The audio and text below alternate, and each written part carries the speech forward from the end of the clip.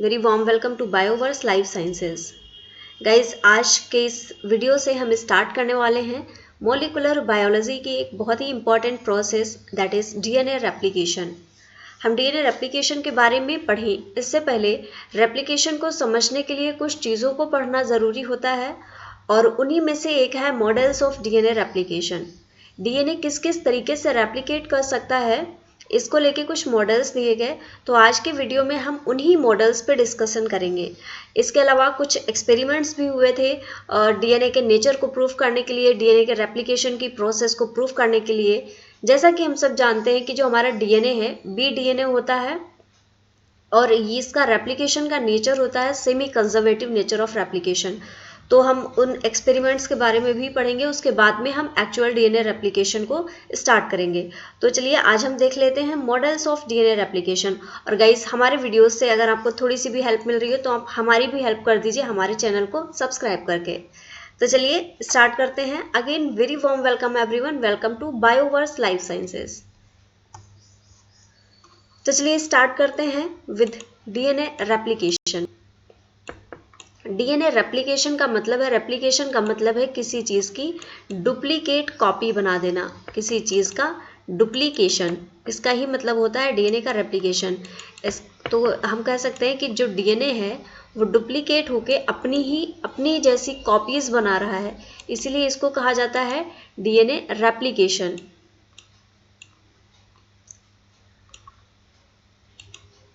तो चलिए स्टार्ट करते हैं।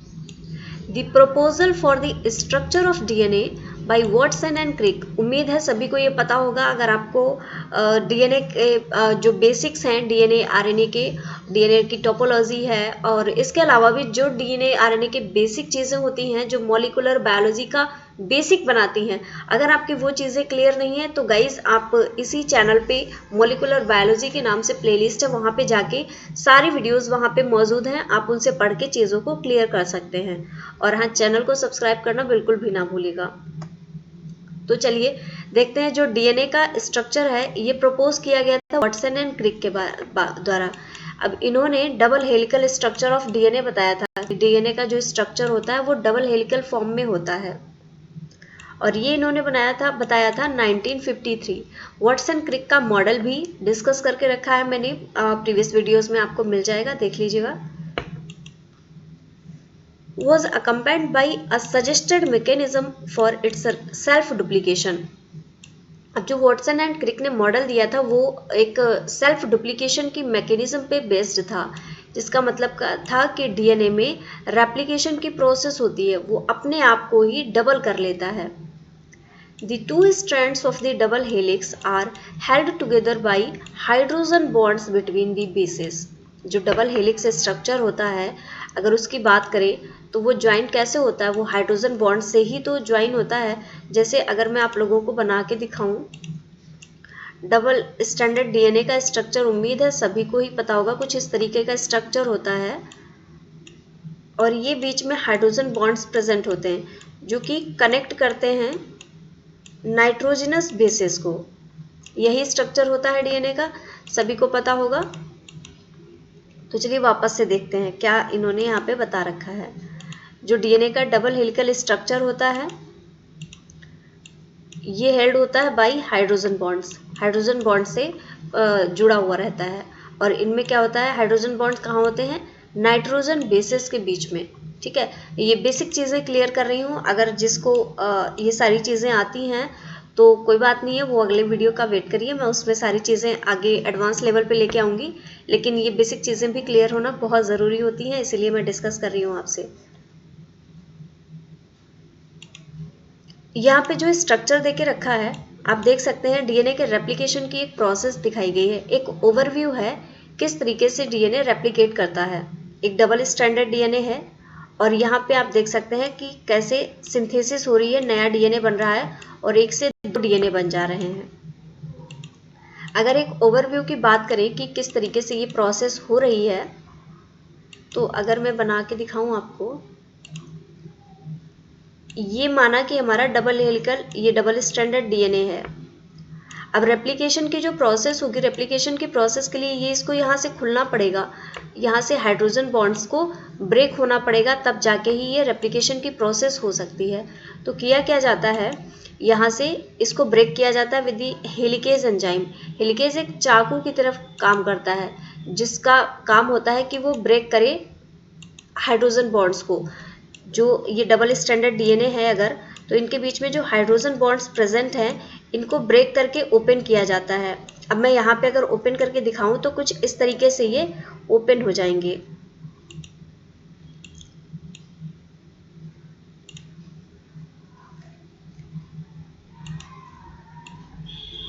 ये कुछ इस तरीके से ओपन होके आएगा हेलिक्स। अब यहाँ पे क्या होगा, जो एंजाइम्स होते हैं जो कि सिंथेसिस करते हैं डीएनए की, वो डीएनए की सिंथेसिस करने लगेंगे। लेकिन एक चीज़ यहाँ पे इम्पॉर्टेंट ये आती है कि डीएनए की सिंथेसिस हमेशा होती है 5 प्राइम टू 3 प्राइम डायरेक्शन में, सभी को पता होगा। अब अगर हम यहाँ पे लेते हैं, ये 5 प्राइम है, पहला स्ट्रैंड लिया, और इसका ये है 3 प्राइम, और ये जो दूसरा स्ट्रैंड है, ये दूसरे का ये वाला 3 प्राइम है, और ये स्ट्रैंड जहाँ पे जा रहा है ये होगा 5 प्राइम। तो अब यहाँ पे सिंथेसिस किस तरीके से होगी, डीएनए की रेप्लिकेशन की प्रोसेस तो 5 प्राइम से 3 प्राइम ही होती है। तो होता ये है, जो ये जो पॉइंट है जहाँ तक हेलिक्स जहाँ पे ओपन हुआ, वहीं से डीएनए के रेप्लिकेशन की प्रोसेस स्टार्ट होती है। डीएनए पॉलीमरेज इसमें हेल्प करता है। इसके अलावा भी बहुत से एंजाइम्स होते हैं, उनको भी हम आगे देखने वाले हैं। एक ओवरव्यू दे रही हूँ रेप्लिकेशन का। तो यहाँ से ये 5 प्राइम डायरेक्शन यहाँ पे हो जाएगी, क्योंकि ये 3 प्राइम है, तो ऑब्वियसली इसका जो 5 प्राइम होगा वो यहीं पे होगा। तो यहाँ से जो एंजाइम बैठेगा, यहाँ से रेप्लिकेशन की प्रोसेस को करने लगेगा। अब एक बहुत अच्छा यहाँ पे ट्विस्ट आता है, जैसे कि ये वाला है जो 5 प्राइम है, इसका इधर 3 प्राइम होगा, तो अगला जो स्ट्रैंड बनेगा उसका 5 प्राइम यहीं से हो जाएगा। तो ये क्या करेगा, ये डायरेक्टली सिंथेसिस करता करता चला जाएगा, जहाँ तक हेलिक्स ओपन होगा वहाँ तक ये सिंथेसिस करता रहेगा। लेकिन ये वाला जो स्ट्रैंड है, जो 3 प्राइम टेम्पलेट स्ट्रैंड है, इस पे जो सिंथेसिस होगी, अब जैसे ही थोड़ा सा ओपन होगा, पहले सबसे पहले ये वाला ओपन हुआ होगा तो यहाँ पे सिंथेसिस होगी, फिर उसके बाद में आगे का पोर्शन ओपन होगा तो आगे सिंथेसिस होगी। फिर इस तरीके से करते करते ये कुछ छोटे छोटे से ओकाजा के सेगमेंट्स के फॉर्म में सिंथेसिस होती है। तो इस एक को बोलते हैं लीडिंग स्ट्रैंड और एक को बोलते हैं लैगिंग स्ट्रैंड। तो उम्मीद है आप लोगों को एक ये ओवरव्यू समझ में आया होगा कि किस तरीके से डीएनए के रेप्लिकेशन की प्रोसेस हो रही है। ये देखिए यहाँ पे डायरेक्शन ऑफ सिंथेसिस को भी दिखा के रखा है, कैसे ये लैगिंग स्ट्रैंड बन रहा है, इसमें देखिए छोटे छोटे पीसेस में सिंथेसिस हो रही है। और एक है direction of synthesis of leading strand, इसमें इस तरीके से डायरेक्टली सिंथेसिस होती जाएगी क्योंकि इसको पूरा फ्री मिल रहा है। लेकिन जो दूसरा स्ट्रैंड है उसको फ्री नहीं मिलता है, उसको ओपन करना पड़ता है बीच बीच में, इसलिए उसको छोटे छोटे पीसेस में जितना ओपन हो जाता है उतना सिंथेसिस कर लेता है, फिर यहाँ पे आके बैठता है, यहाँ से करेगा, यहाँ से, मतलब कह सकते हैं पीछे पीछे से आके सिंथेसिस होती रहती है इसकी। तो कुछ पॉइंट बोले गए हैं यहाँ पे। Watson and Crick envisioned that replication occurred by gradual separation of the strands of the double helix। जो रेप्लिकेशन की प्रोसेस होती है, डबल हेलिक्स के बीच के हाइड्रोजन बॉन्ड्स ब्रेक होते हैं, और जब डबल हेलिक्स सेपरेट हो जाता है, सिंगल स्ट्रैंडेड फॉर्म में आ जाता है, तब जाके इसका रेप्लिकेशन होता है। Much like the separation of two halves of a zipper, जैसे कि आप चैन खोलते हैं, चैन में जो जिपर होता है, जिसको जब ये खोलते जाते हैं तो ये चैन ओपन होती जाती है इस तरीके से, कुछ इसी तरीके से इसका काम होता है। यहाँ जिपर की जगह पे आपका हेलिकेज एंजाइम होता है, आगे जाता है, वो हाइड्रोजन बॉन्ड्स को ब्रेक करता रहता है और ये चैन ओपन होती रहती है।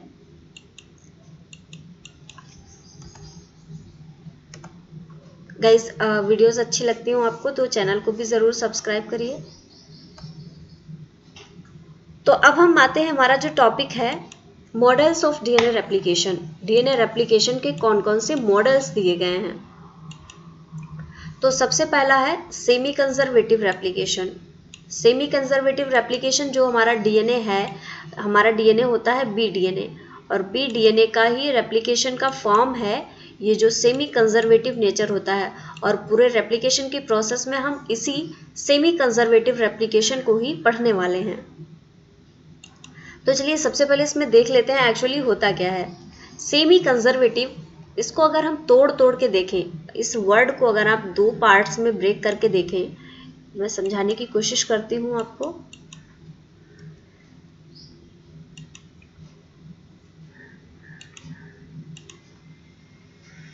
ये कोई डबल स्ट्रैंडेड डीएनए है।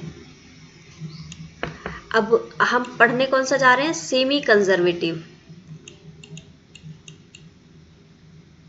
इसको मैं दो पार्ट में तोड़ के लिख रही हूँ ताकि आपको अच्छे से समझ में आए ये मैंने क्यों ब्रेक किया है। सेमी का मतलब क्या होता है? सेमी का मतलब होता है हाफ,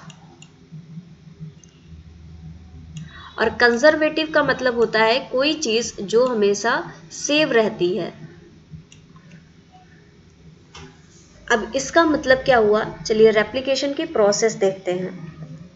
जब ये रेप्लिकेट करेगा डीएनए, तो इसमें कुछ इस तरीके से डीएनए बनेगा।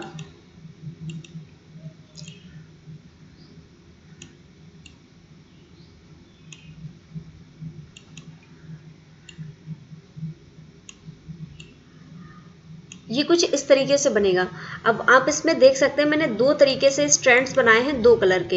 एक तो एक स्ट्रैंड जो है पुराना जो पेरेंटल डीएनए है उसी के कलर का है, लेकिन दूसरा नए कलर का है। तो इसका मतलब अब ये डीएनए डबल स्ट्रैंड का मिला के ये पूरा ही तो एक डीएनए था। अब जब नई जनरेशन बनी, इसके दो डीएनए बने, तो यहाँ पे देखिए एक स्ट्रैंड पुराना है और एक स्ट्रैंड नया बना है, तो आधा ही तो सेव रहा।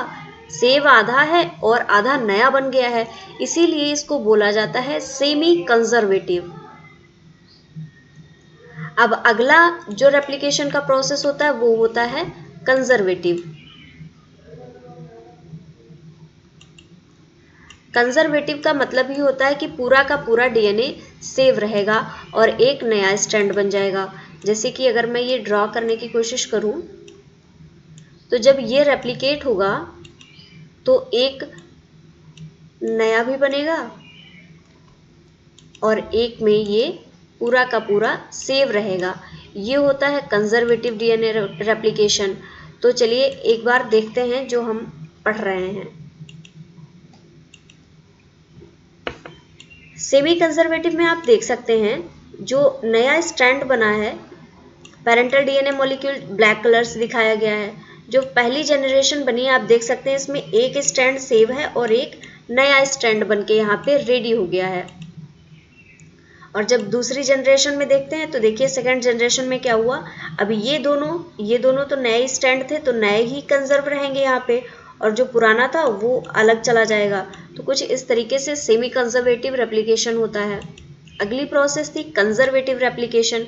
कंजर्वेटिव रेप्लिकेशन में क्या होता है, देखिए पेरेंटल डीएनए मॉलिक्यूल ब्लैक में दिखाया गया है। जब पहली जनरेशन की प्रोजनी बनती है तो पेरेंट का जो डीएनए होता है वो पूरा का पूरा जैसे का तैसा सेव रहता है, और जो दूसरा होता है नया, वो एकदम नया ही स्टैंड बन जाता है। इसीलिए इसको कंजर्वेटिव रेप्लिकेशन बोला जाता है, क्योंकि इसमें दोनों ही सेव रहते हैं स्टैंड पेरेंटल डीएनए के, और अगली प्रोजनी में ये दोनों सेव रहते हैं। फिर क्या होगा, जब इसकी अगली जनरेशन बनेगी इन दोनों का रेप्लिकेशन होगा, अगेन एक पेरेंटल सेव हो जाएगा और दूसरे नए बन जाएंगे स्ट्रैंड्स। जो लास्ट मॉडल है वो है डिस्पर्सिव रेप्लिकेशन। डिस्पर्सिव रेप्लिकेशन बहुत ही अलग टाइप का रेप्लिकेशन है, क्योंकि इसमें नया स्ट्रैंड भी होता है, पुराना स्ट्रैंड भी होता है, लेकिन ये पैचेस के फॉर्म में होता है। पैच मतलब थोड़ा सा नया लिया और फिर थोड़ा सा पुराना ले लिया, उसके बाद में फिर थोड़ा सा नया है और उसके बाद में फिर थोड़ा सा पुराना है। कुछ इस तरीके से ये डिस्पर्सिव रेप्लिकेशन होता है। चलिए देखते हैं। ये देखिए पेरेंटल डीएनए है जो नया बना फर्स्ट जनरेशन में। अब आप देखिए इसमें ब्लैक भी दिख रहा है बीच बीच में पैचेस के फॉर्म में, और साथ में ही दूसरा कलर भी दिख रहा है जो कि नया सिंथेसाइज हुआ है। जब इसकी सेकेंड जनरेशन होती है, अगली बार रेप्लिकेट करता है, तो फिर से वही चीज़, थोड़ा थोड़ा सा बीच बीच में नया है और बीच बीच में पुराना भी है। तो इसलिए इसको डिस्पर्सिव बोला जाता है, क्योंकि इसमें पैचेस के फॉर्म में नया और पुराना दोनों ही स्टैंड सेव रहते हैं।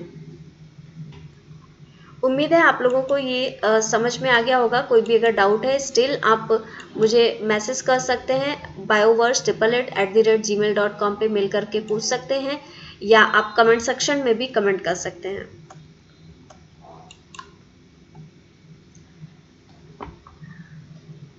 कुछ इम्पोर्टेंट पॉइंट्स इन दोनों ही रेप्लिकेशन के बारे में यहाँ पे लिखे गए हैं, आपके लिए मैंने रखे हैं सहूलियत के लिए, क्योंकि समझा तो मैंने दिया है लेकिन आपको चीज़ें याद रहें, इस वजह से मैंने यहाँ पे कुछ पॉइंट्स भी डाले हैं। In conservative replication the two original strands would remain together. Conservative जो रेप्लिकेशन होगा उसमें जो ओरिजिनल स्ट्रैंड है वो सेम रहेंगे, एक साथ में रहेंगे। After serving as a template, अब पहली बात यह है कि पहले नया बनेगा तो इन्हीं से टेम्पलेट की तरह वर्क करेंगे, लेकिन उसके बाद में ये एक सेव हो जाएगा और एक नया डीएनए यहाँ पे बन जाएगा। As would the two newly synthesized strand, एक पूरा का पूरा पैरेंटल सेव हो जाएगा और एक नया स्ट्रैंड बन के तैयार हो जाएगा। As a result one of the daughter duplexes would contain only parental DNA. अब जो डॉटर स्ट्रैंड्स बनेंगे उनमें से एक में सिर्फ और सिर्फ पैरेंटल डीएनए होगा, while the other daughter duplex would contain only newly synthesized DNA, जबकि जो दूसरा होगा उसमें सिर्फ और सिर्फ न्यूली सिंथेसाइज्ड डीएनए होगा। एक बार वापस से ले चलती हूँ आपको।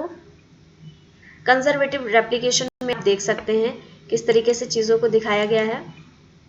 ये यहाँ पे एक जो पैरेंटल डीएनए है वो एकदम से सेव है और एक बिल्कुल ही नया स्ट्रैंड बन के रेडी हो गया है। यही चीज़ वहाँ पे मैं बता रही हूँ जो कि अभी मैंने प्रोसेस दिखाई है। अगला है dispersive replication. The parental strand would be broken into fragments. देखा आपने अभी कि कैसे पैचेस के फॉर्म में चीज़ें प्रेजेंट हैं, तो जो पैरेंटल स्ट्रैंड होगा वो छोटे छोटे से फ्रैगमेंट्स में ब्रेक हो जाएगा and the new strand would be synthesized in short fragments. जो नया स्ट्रैंड बनेगा वो भी शॉर्ट फ्रैगमेंट्स के फॉर्म में ही बनेगा। Then the old fragments and new segments would be joined together to form a complete strand. अब दोनों के ही फ्रैगमेंट्स हैं, दोनों के ही फ्रैगमेंट्स एक साथ में ज्वाइन करेंगे और नया कंप्लीट स्ट्रैंड का फॉर्मेशन करेंगे। As a result, the daughter duplexes would contain strands that were composite of old and new strand. तो इनके केस कुछ ऐसा डीएनए बनता है कि इसमें नया और पुराना दोनों ही स्ट्रैंड्स सेव रहते हैं और इसको बोला जाता है डिस्पर्सिव मोड ऑफ रेप्लिकेशन। अगर मैं इसको यहाँ पे कंप्लीट करके दिखाना चाहूँ तो कुछ इस तरीके से बनता है कि दोनों ही डीएनए के स्ट्रैंड्स यहाँ पे सेव रहेंगे। तो ये तो हो गया डिस्पर्सिव मोड ऑफ रेप्लिकेशन। अगला आता है सेमी कंजर्वेटिव रेप्लिकेशन, जिसको कि हम पूरी रेप्लिकेशन की प्रोसेस में ही पढ़ने वाले हैं, जो कि मेन रेप्लिकेशन जो जिससे प्रोसेस होती है वही रेप्लिकेशन, सेमी कंजर्वेटिव रेप्लिकेशन।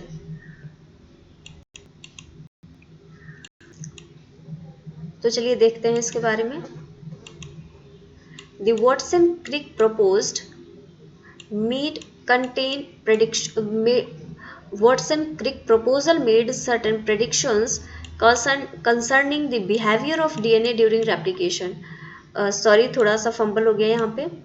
वॉटसन-क्रिक ने जो प्रेडिक्शंस दिए थे डीएनए के रेप्लिकेशन के रिगार्डिंग उसी मोड को बोलते हैं semi conservative replication. According to the proposal, each of the daughter duplexes should consist of one complete strand inherited from the parental duplex and one complete strand that has been newly synthesized. देखिएगा यहाँ पे ये बता रहे हैं जो कि हमने सबसे पहले डीएनए के रेप्लिकेशन की मोड की बात की थी कि इसमें रेप्लिकेशन कुछ इस तरीके से होता है कि जो नया डीएनए बनेगा उसमें एक स्ट्रैंड तो पेरेंट का ही रहेगा और दूसरा नया डीएनए का स्ट्रैंड सिंथेसाइज हो जाएगा। यही यहाँ पे बताया गया है। Replication of this type is said to be semi-conservative because each daughter duplex contains one strand from the parent structure. Semi-conservative इसलिए बोला जाता है क्योंकि एक स्ट्रैंड पेरेंट से ही लिया जाता है और वो कंजर्व रहता है। जब भी नया रेप्लिकेशन होगा तो अगेन उसमें एक पेरेंट का स्ट्रैंड रहेगा और दूसरा वहाँ पे नया स्ट्रैंड बन जाएगा, इसीलिए इसको semi conservative mode of replication बोला जाता है। तो गाइस हमारे चैनल को भी ज़रूर सब्सक्राइब करिए। अगर आपको चीज़ें अच्छी लग रही हैं, आपको लग रहा है कि मैं किसी तरीके से आपकी हेल्प कर सकती हूँ, चैनल को सब्सक्राइब करिए। और किसी टॉपिक पे आप पढ़ना चाहते हैं तो आप मुझे वो भी बता सकते हैं। So thank you very much guys for watching this session. हमारे चैनल को सब्सक्राइब करिए और बने रहिए बायोवर्स के साथ में। Have a